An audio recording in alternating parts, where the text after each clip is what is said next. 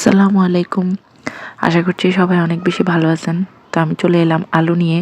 তো কাটার ধরন দেখেই বুঝতে পারছেন নিশ্চয়ই যে কিভাবে কাটতেছি। এটা আমি ফ্রেঞ্চ ফ্রাইয়ের জন্য কাটতেছি। তো সন্ধ্যাবেলার নাস্তায় কিছু না কিছু তো অবশ্যই বানাতে হয়। তো চিন্তা করলাম আজকে আমার বাসায় বানানো মিটবল আছে। মিটবলের রেসিপিটা আমি অন্যদিন আপনাদের সাথে শেয়ার করে নিব ইনশাল্লাহ। তো এই জন্য আমি এখানে ফ্রেঞ্চ ফ্রাই বানানোর জন্য ফার্স্টে আলুগুলাকে ফ্রেঞ্চ ফ্রাই শেপে কেটে নিচ্ছি। এরপরে আমার সবগুলো আলু যখন কাটা হয়ে যাবে, এই যে আমার সবগুলো কাটা আলু রেডি।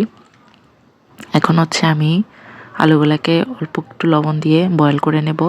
বেশিক্ষণ না, জাস্ট 5 মিনিটস বয়েল করে নেব। 5 মিনিটস বয়েল করা শেষ আমার। এই যে দেখতেই পাচ্ছেন এগুলো একটু হাফ বয়েল হয়ে গেছে। এরপর আমি এগুলাকে পানি ঝরিয়ে তারপরে ফ্রাই করে নেব। ফ্রাই করে নিলেই আমার ফ্রেঞ্চ ফ্রাই রেডি। এরপরে হচ্ছে এগুলো হচ্ছে আমার নিজের হাতে বানানো মিটবল। তো এগুলো আমি ফ্রোজেন করে রাখি সব সময়, কারণ আমার বাচ্চাকে টিফিন দিতে হয়। তো এগুলো আমি ভেজে নিচ্ছি। এই যে আমার ভাজা শেষ, এখন আমি কাঠিতে ঢুকিয়ে নিছি, তাহলেই হচ্ছে আপনার সার্ভ করতে ভালো হয়।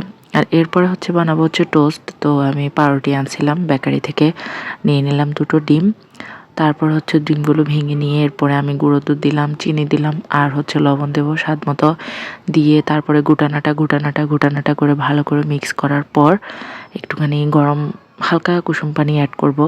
কুসুম পানি অ্যাড করার পর আপনার এটার মধ্যে আমি পাউরুটিগুলোকে চুবিয়ে ডিম টোস্ট করে নেব। তো এই যেখানে আমি ফ্রাই প্যান গরম করে নিলাম।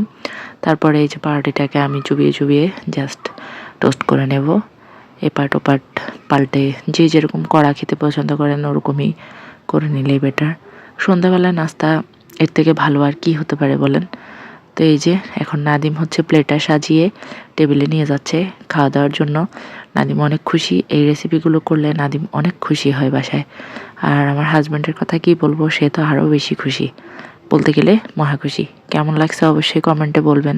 নাদিম সস নিয়ে নিছে, এখন নাদিম টেস্ট করবে। ফ্রেঞ্চ ফ্রাই হাট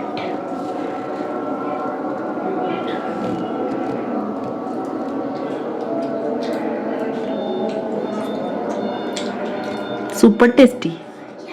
মিটবলটা টেস্ট করো।